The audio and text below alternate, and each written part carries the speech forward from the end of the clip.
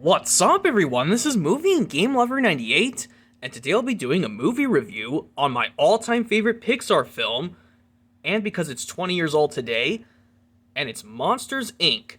Especially, yes, because it's 20 years old today. So yeah, let's get started. I hope you guys enjoy this movie review, and hopefully like it too. So yep, here are my two copies. I have the VHS right here.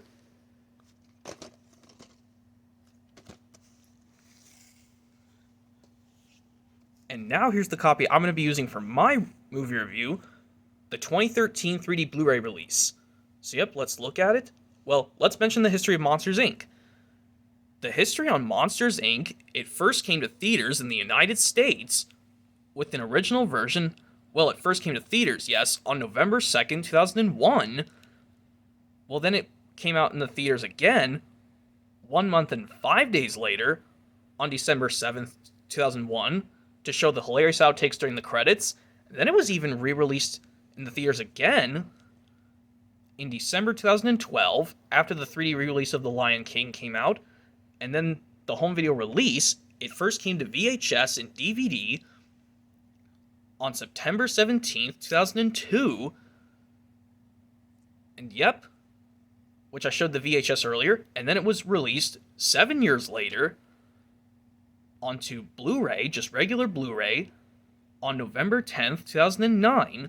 I think the same day that Up came to Blu-ray, just regular Blu-ray, and then it was released on 3 different versions on February 19th, 2013, just about 4 months before the prequel Monsters University opened in theaters. You can get 1 disc DVD, a regular Blu-ray release, or the 3D Blu-ray copy, which is this one, and then it was even released once more on regular Blu-ray or 4K on the 3rd of March 2020, last year, and that was it. So yep, that was the history. Now let's look at my copy, then we'll go with the plot. So yep, here's what my copy looks like. It's the 3D Blu-ray release, and yes, it reminds me of the thumbnail, Everything Wrong with Monsters, Inc. You have Mike, Sully, and Boo, which you can see her fully rendered character, because like I said, her shadow's on the VHS. Yep, this is a 5-disc combo pack. Ultimate Collector's Edition, Blu-ray plus Blu-ray 3D plus DVD plus digital copy. Disney and Pixar's Monsters, Inc., which on the VHS it's blue, but they just made it white, so it doesn't blend. But it'd be easy to paint it blue, which I doubt it would. Yep, there's a sticker, sneak peek of Monsters University, and the Partysaurus Rex Toy Story Tunes thing. Here's the front. Here are the spines of the slipcover. Well, one with Mike Wazowski and the other with James B. Sullivan, which is supposed to be opposite, because Sullivan's the main character, but oh well. Yep, here's the back cover.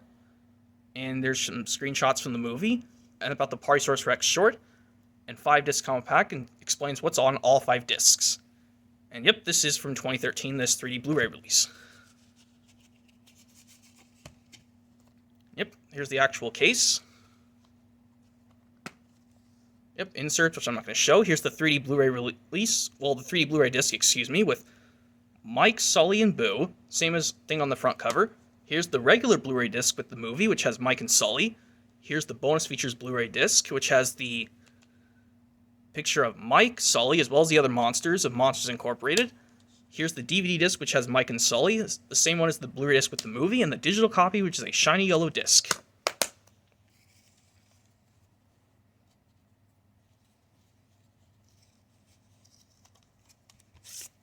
So yep, let's get in with the plot of Monsters, Inc. It takes place in this fictional city called Monstropolis, where these two monsters, Mike and Sully, voiced by their respective roles, Billy Crystal and John Goodman, and, you know, they collect energy from screams from children by going into their doors to get energy through children's screams.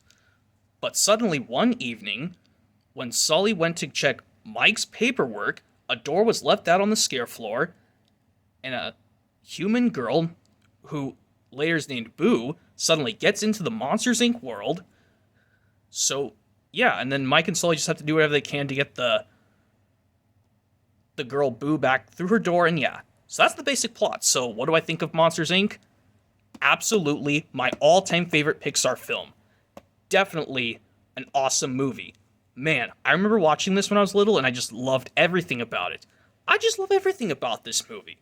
You know, yes, the voice cast does an amazing job.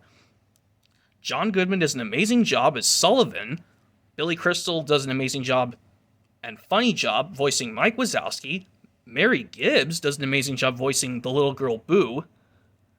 Steve Buscemi, I think, does an amazing job voicing the evil Randall Boggs. James Coburn does an amazing job voicing Henry J. Warnoose III, the CEO of Monsters Incorporated. Jennifer Tilly does an amazing job voicing Celia, Mike's girlfriend. And Bob Peterson, who was originally supposed to be the director for The Good Dinosaur, he does an amazing job voicing the female monster, the elderly office lady, Roz. Well, he does an amazing job voicing her at that. And Frank Oz, who is famous for doing Yoda in Star Wars, he was amazing as Randall's cowardly assistant, Fungus. And Daniel Gerson does an amazing job as the funny guy, Smitty Needleman. And everyone else does an amazing job as their voice casts.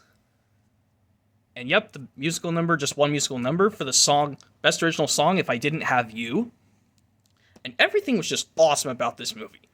But if I had to give one teeny tiny problem, but I'm not going to rant about it, it would have to be the part where this one scene was so dramatic, and after Sully felt guilty of when he scared Boo by mistake, and he tried to scare just the boy simulator. Like, that part scared the living hell out of me when I was a kid. And even to this day, I can't even watch that part. Even if you watch some parts of Monsters, Inc., even like the behind the scenes, and But man, don't see me start. Like, I know this part scared me, just like, how the Thomas, Percy, and the Squeak episode, the Alicia Body scream in that episode scared the crap, or aka the hell out of me when I was little. Well, that Thomas episode, the rest is funny, I will admit. But to this day, I still can't even watch that part. But that doesn't hurt this movie, because it's still my all-time favorite Pixar film. And the other parts were funny, at least. Some of the quotes were funny.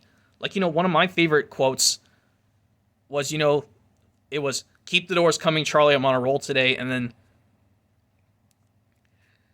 Charlie says, "George and I are like brothers," and he screams out 2319. So funny.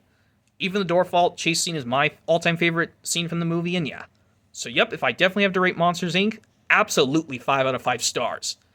Definitely worth it, because I think this is considered to be the final one of the early Pixar films. Well, they were using early animation, but they had to make Boo as realistically cool as possible without making her look ugly and disgusting, which I know a lot of people don't really like. So, definitely give 5 out of 5 stars for Monsters, Inc. It's a definite classic Pixar film, even though it was competing with the first Harry Potter film, The Sorcerer's Stone, the first Shrek, Jimmy Neutron, Boy Genius, and all those other films in 2001. Even the 2001 direct-to-video sequel, Lane the Tramp 2 Scamp's Adventure. But So, that's going to be it for this movie review, everyone, on Monsters, Inc., my all-time favorite Pixar film. Especially, because it's 20 years old today. So, that's going to be it for this movie review, everyone, on Monsters, Inc., my all-time favorite Pixar film. Especially, because it's 20 years old today. So, hopefully you guys like this movie review, everyone, on Monsters, Inc., and make sure to give it a thumbs up. So, that's going to be it for this movie review, everyone, on Monsters, Inc. Hopefully you liked it, especially because the film's 20 years old today, and stay tuned for another video coming up soon that has to do with this movie as well. That has to do with the film's 20th anniversary as well. So, stay tuned for that video coming up next, everyone.